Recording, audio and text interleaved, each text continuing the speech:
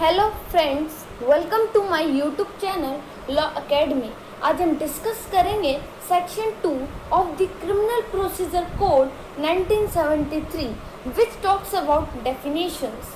अगर चैनल पे पहली बार आए हो तो सब्सक्राइब कर देना और बेल आइकन पर क्लिक कर देना, जिससे मेरी न्यू वीडियोस की नोटिफिकेशन आपके पास पहुंच जाएगी। So without wasting your time, let's start the video.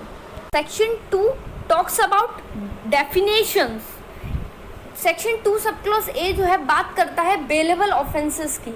Bailable offence means an offence which is shown as bailable in the first schedule और which is made bailable by any other law for the time being in force. And non bailable offence means any other offence. Bailable offences वो offences हैं जो first schedule में बताए गए हैं कि ये ऑफेंसेस बेलेबल हैं, या किसी दूसरे लॉ में बताया गया है जो टाइमिंग इन फोर्स है उसमें बताया गया है कि ये ऑफेंसेस जो हैं वो बेलेबल हैं, तो वो ऑफेंसेस बेलेबल ऑफेंसेस होंगे। And non bailable offences means any other offences. और नॉन बेलेबल ऑफेंसेस मतलब कौन से ऑफेंसेस हुए, इनको छोड़कर, बेलेबल ऑफेंसेस को छोड़कर जो ऑफेंसेस हुए वो नॉन बेलेबल ऑफेंसेस हुए। 2 सब क्लॉज बी बात करता है चार्ज की। Charge includes any head of charge when the charge contains more heads than one। Charge में इंक्लूड होते हैं हेड ऑफ द चार्ज को, यानी कि इसका मतलब है कोई एक से ज़्यादा भी चार्ज किए जा रहे हैं, लग रहे हैं किसी पर्सन पे, तो उस पर भी उसको भी हम चार्ज ही बोलेंगे। अगर कोई एक पर्सन है, अगर उसने किसी का मर्डर किया है तो उसके ऊपर चार्ज लग जाएगा मर्डर का, ठीक है, तो ये चार्ज होते हैं, एलिगेशन बोल सकते हैं, तो ये चार्ज बोलते हैं इनको। 2 सब क्लॉज सी बात करता है कॉग्निजेबल ऑफेंसेस की। Cognizable offence means an offence for which and cognizable case means a case in which a police officer may in accordance with the first schedule और under any other law for the time being in force arrest without warrant. Cognizable offences, cognizable case जो हैं ये बात करते हैं, यानी कि cognizable offences वो ऑफेंसेस है जो फर्स्ट शेड्यूल में बताए गए हैं, यानी कि जो सीआरपीसी के फर्स्ट शेड्यूल में बताए गए हैं कि जो ऑफेंसेस है वो कॉग्निजेबल ऑफेंसेस हैं, यानी कि संज्ञेय अपराध हैं। तो ये बताए गए फर्स्ट शेड्यूल में या किसी दूसरे लॉ में बताए गए हैं जो टाइम बीइंग इन फोर्स है। इसमें क्या होता है कि जो पुलिस है वो उसको अरेस्ट कर सकती है विदाउट दी वारंट, ठीक। 2 सब क्लॉज डी बात करता है कंप्लेंट की। Complaint means any allegation made orally और in writing to a magistrate with a view to his taking action under this code that some person, whether known or unknown, has committed an offence but doesn't include a police report। Complaint का मतलब है कोई allegation, चाहे वो orally या written में कराई गई हो मजिस्ट्रेट के सामने, ठीक है, और इस कोर्ट के अंडर वो टेकिंग एक्शन ले सकते हैं, ठीक है। तो जो कुछ पर्सन चाहे वो अनजान ने करा हो कमिट या फिर जानने वाले ने कमिट किया गया हो, ठीक है, उसमें इंक्लूड नहीं होगी कोई भी पुलिस रिपोर्ट। अब हम बात करेंगे एक्सप्लेनेशन की। A report made by a police officer in a case which discloses after investigation the commission of a non-cognizable offence shall be deemed to be a complaint, and the police officer by whom such report is made shall be deemed to be the complainant। यानी कि कोई एक report बनाई गई है किसी एक police officer के द्वारा एक केस में, तो और उसको डिस्क्लोज कर दिया गया है उसकी इन्वेस्टिगेशन के बाद में, तो जो नॉन कॉग्निजेबल ऑफेंसेस की जो कमीशन होगी वो कंप्लेंट होगी, और जो पुलिस ऑफिसर जिसने वो रिपोर्ट बनाई थी वो कौन होगा, वो होगा कंप्लेनेंट, ठीक है, कंप्लेनेंट। 2 सब क्लॉज ई बात करता है हाई कोर्ट की। High court means in relation to any state the high court for that state. हर एक स्टेट, अगर हम किसी एक स्टेट के रिलेशन की बात करें तो हर एक स्टेट के लिए हाई कोर्ट बनाया गया है। सब क्लॉज 2 बात करता है in relation to a union territory to which the jurisdiction of the High Court for a state has been extended by law that High Court। अगर हम यूनियन टेरिटरी के relation की बात करें तो जिस स्टेट के को एक्सटेंड किया गया है, उनकी जिस स्टेट के हाई कोर्ट का जुरिस्डिक्शन एक्सटेंड कर दिया गया है लॉ के द्वारा, तो वहाँ पे भी क्या होगा, वहाँ पे हाई कोर्ट होगी। थर्ड बात करता है in relation to any other union territory the highest court of criminal appeal for that territory other than the supreme court of India. अगर हम किसी दूसरे यूनियन टेरिटरी के रिलेशन की बात करें, जो हाईएस्ट कोर्ट कौन सा होगा क्रिमिनल अपील का उस टेरिटरी के लिए, वहाँ के सुप्रीम कोर्ट ऑफ इंडिया को छोड़ के, तो वो भी कौन होगा, हाई कोर्ट होगा। 2 सब क्लॉज एफ बात करता है इंडिया की। India means the territories to which this code extend. India का मतलब है एक टेरिटरी जिसमें जो कोड है यानी कि जो सीआरपीसी है वो एक्सटेंड करता है, ठीक है। जी 2 सब क्लॉज जी बात करता है इंक्वायरी की। Inquiry means every inquiry other than a trial conducted under this code by a magistrate और कोर्ट। इंक्वायरी का मतलब है हर एक इंक्वायरी, उसमें ट्रायल इंक्लूड नहीं है तो और इस कोड में बताई गई है एक मजिस्ट्रेट और एक कोर्ट द्वारा की जाएगी वो इंक्वायरी, ठीक है। एक मजिस्ट्रेट या कोर्ट के द्वारा जो इंक्वायरी की जाएगी, जांच की जाएगी, उसको हम इंक्वायरी बोलेंगे, जो अंडर दिस कोड, इस कोड में बताई गई है। आता है 2H बात करता है इन्वेस्टिगेशन की। Investigation includes all the proceedings under this code for the collection of evidence conducted by a police officer or by any person other than a magistrate who is authorized by a magistrate in this behalf। Investigation में include होती है वो proceedings जो evidences के collection के लिए की जाती है एक पुलिस ऑफिसर के द्वारा या किसी एक पर्सन के द्वारा जो ऑथोराइज किया जाता है एक मजिस्ट्रेट के द्वारा, लेकिन वो मजिस्ट्रेट नहीं होता है, ठीक है। मजिस्ट्रेट को छोड़ के बात करते हैं। 2I बात करता है जुडिशियल प्रोसीडिंग्स की। Judicial proceedings includes any proceedings in the course of which evidence is or may be legally taken on oath। Judicial proceedings में include है वो proceedings जिसमें evidences लिए जाते हैं oath पर, यानी कि oath legally oath ली जाती है, उसके basis पे evidences collect किए जाते हैं, वो होती है judicial proceedings। 2J बात करता है local jurisdiction की।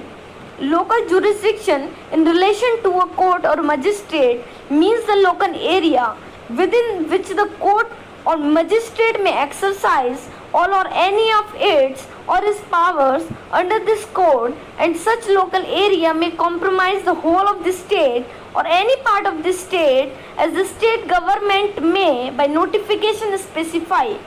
लोकल जुरिस्डिक्शन की बात कर रहे हैं यहाँ पे, तो अगर हम किसी कोर्ट या मजिस्ट्रेट के रिलेशन की बात करें लोकल एरिया में, तो लोकल एरिया का मतलब वो हो गया कि जहाँ पे कोर्ट और मजिस्ट्रेट अपनी पावर को एक्सरसाइज कर सकें इस कोर्ट के तहत, ठीक है। तो जो लोकल एरिया है मे भी पूरा स्टेट हो सकता है, ठीक, या कोई स्टेट का कुछ पार्ट हो सकता है, इसको स्पेसिफाई करती है स्टेट गवर्नमेंट नोटिफिकेशन के जरिए। 2K बात करता है metropolitan area. Metropolitan area means the area declared और deemed to be declared under section 8 to be a metropolitan area.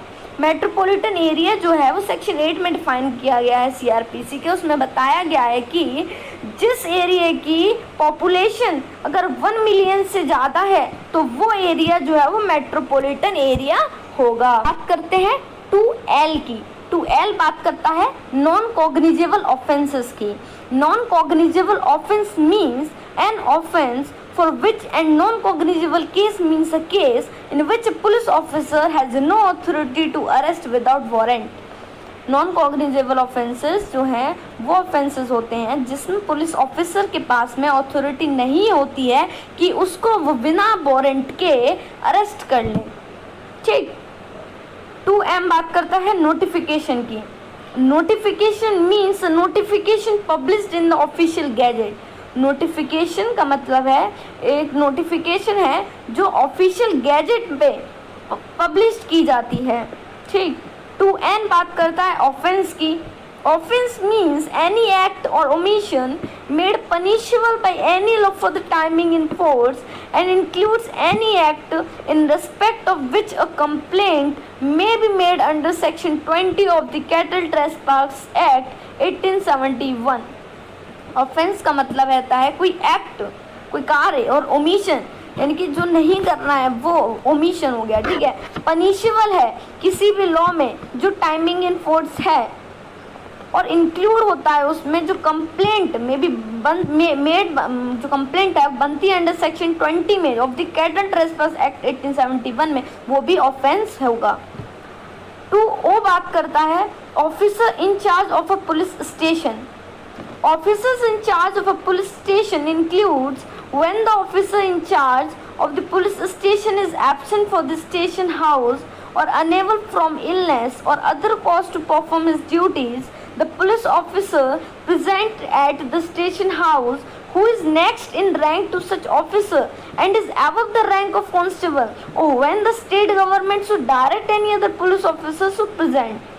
इसका मतलब है officer in charge of a police station तो वो है ही है, लेकिन जब अगर वो एब्सेंट होता है किसी भी रीज़न से या बीमारी की वजह से, उसकी इलनेस की वजह से या कोई भी अदर रीज़न जिसकी वजह से वो अपनी ड्यूटी को परफॉर्म नहीं कर पा रहा है, तो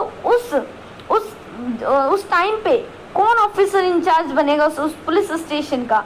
तो यहाँ पे बताया कि जो police officer present at the station house, जो स्टेशन हाउस में प्रेजेंट होगा जो पुलिस ऑफिसर, या next who is next in rank to such officer, या तो कांस्टेबल की रैंक से ऊपर का होगा, या तो वो जो है वो ऑफिसर इंचार्ज बन जाएगा उस पुलिस स्टेशन का। When the state government should direct any other police officers to present, अगर स्टेट गवर्नमेंट चाहेगी तो वो डायरेक्ट कर सकती है किसी भी पुलिस ऑफिसर को officer in charge of a police station बनने के लिए। अब बात करते हैं 2P की, जो बात करता है प्लेस की। Place includes a house, building, tent, vehicle and vessel. ठीक है। 2Q बात करता है प्लीडर की।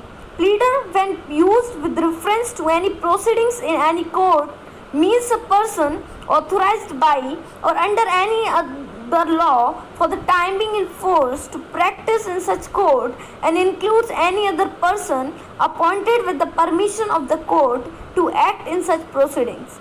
Pleader का मतलब है कि वो पर्सन जो उस कोर्ट में प्लीड करेगा, ठीक है, या फिर बोल सकते हैं कि कोर्ट में जो कोई भी प्रोसीडिंग्स को रेफरेंस करेगा, ठीक है, या किसी दूसरे लॉ में उसको ऑथराइज किया गया हो जो टाइम बिन इन फोर्स हो और जो उस कोर्ट में प्रैक्टिस करता हो, और इसमें इंक्लूड होता है कोई अदर पर्सन भी जो अपॉइंट किया जाता है उस कोर्ट की परमिशन के द्वारा उस प्रोसीडिंग्स के लिए, तो वो भी प्लीडर होगा।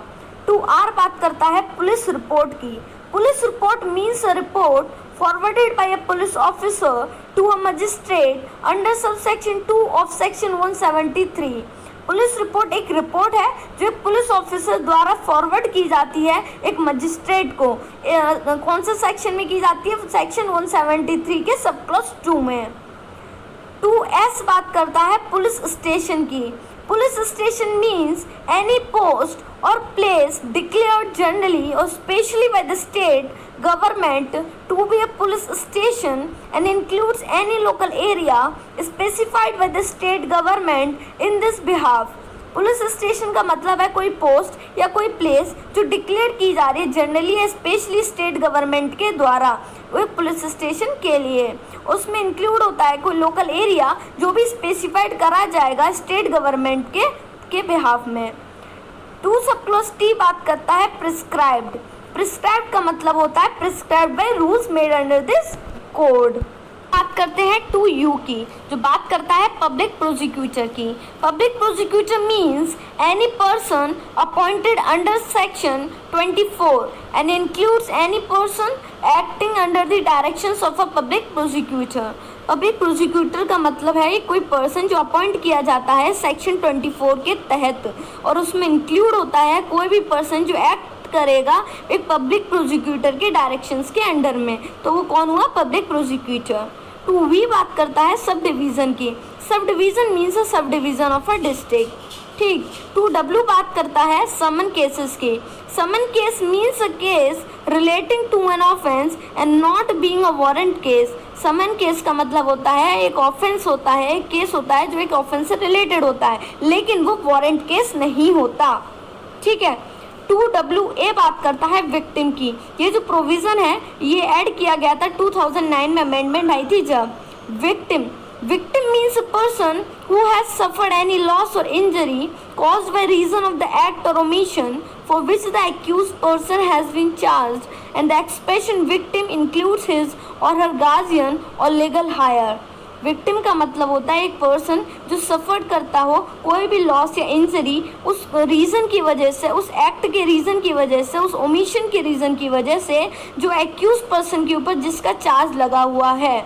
तो जो विक्टिम है उसमें इंक्लूड्स होते हैं उसके गार्जियन और लीगल हायर्स भी। बात करते हैं 2X की, जो बात करता है वारंट केस के। Warrant case means a case relating to an offence punishable with death, imprisonment for life और imprisonment for a term exceeding 2 years। Warrant case का मतलब है वो ऑफेंस जो पनिशेबल होगा डेथ तक की सज़ा के लिए या उम्र कैद की सज़ा के लिए या 2 साल की सज़ा से ज़्यादा के लिए, तो वो जो केस होगा वो वारंट केस होगा। Thank you so much for watching my video. If anybody have any queries regarding my videos then put in the comment box. I will definitely giving reply to all of you, and keep sharing my videos to your friends and also do subscribe my channel। अगर video पसंद आए तो like कर देना।